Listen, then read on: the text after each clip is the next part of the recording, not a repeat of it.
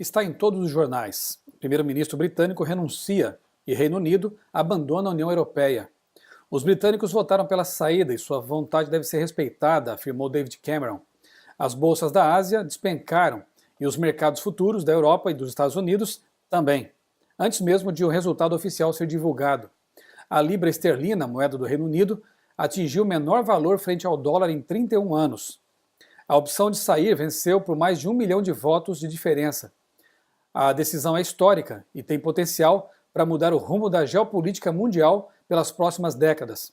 Há forte preocupação de que o voto pela saída tenha um efeito dominó, com outros países organizando consultas similares. Marine Le Pen, da extrema-direita francesa, afirmou que seu desejo é que cada país faça uma votação popular sobre a pertinência da União Europeia. Na Holanda, o chefe do Partido da Liberdade e membro do parlamento, Geert Wilders, escreveu: "Agora é nossa vez, hora de um referendo holandês." Essa situação toda me fez viajar no tempo, mais de 20 anos atrás.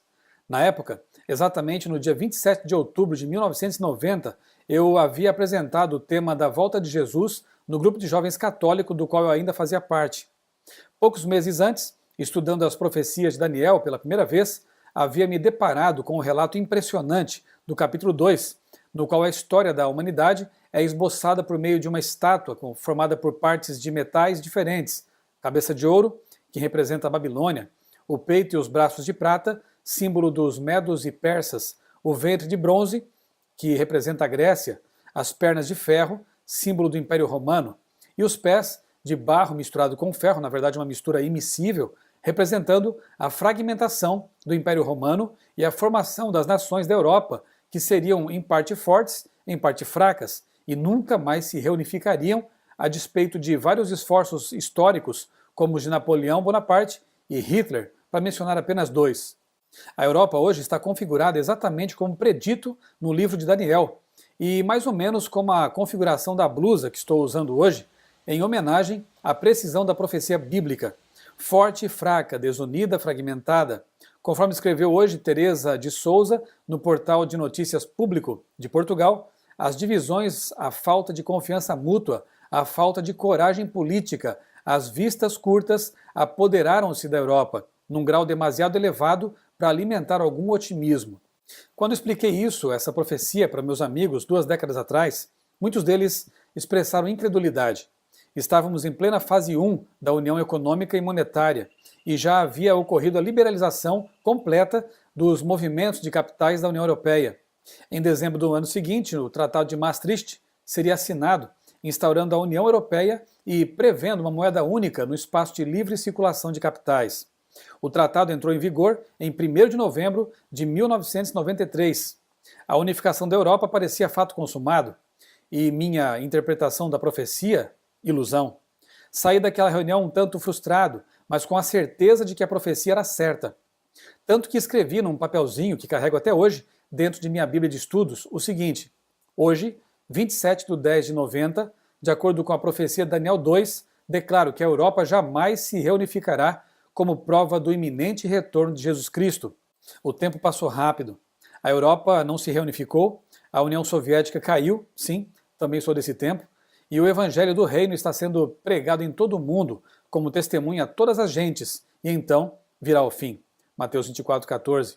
Essa desagregação europeia, a crise financeira decorrente desse e de outros fatores, as ameaças terroristas, a aversão a todo tipo de fundamentalismo e a decadência moral no mundo clamarão pela interferência de um líder moral, influente o suficiente para conduzir as nações a uma falsa expectativa de paz. Bem, para quem estuda as profecias bíblicas, o fim deste filme já é conhecido. Leia sua Bíblia o quanto antes. Confira por si mesmo, como fiz lá nos anos 90. Além disso, não quero ficar aqui dando spoilers. Por isso, vou dizer só mais uma coisa: o final será feliz. Em 2012, publiquei no meu blog um texto do amigo Frank Mangabeira. Veja o que ele escreveu na época: ouro, prata, bronze e ferro. Cada metal da estátua a seguir, seu precedente é inferior. O poder humano está se desvanecendo na passagem dos séculos, embora aparente uma ilusória força. Os pés do ídolo já não são metal puro, e sim uma mistura de ferro com barro, denotando a debilidade e o iminente fracasso da civilização atual.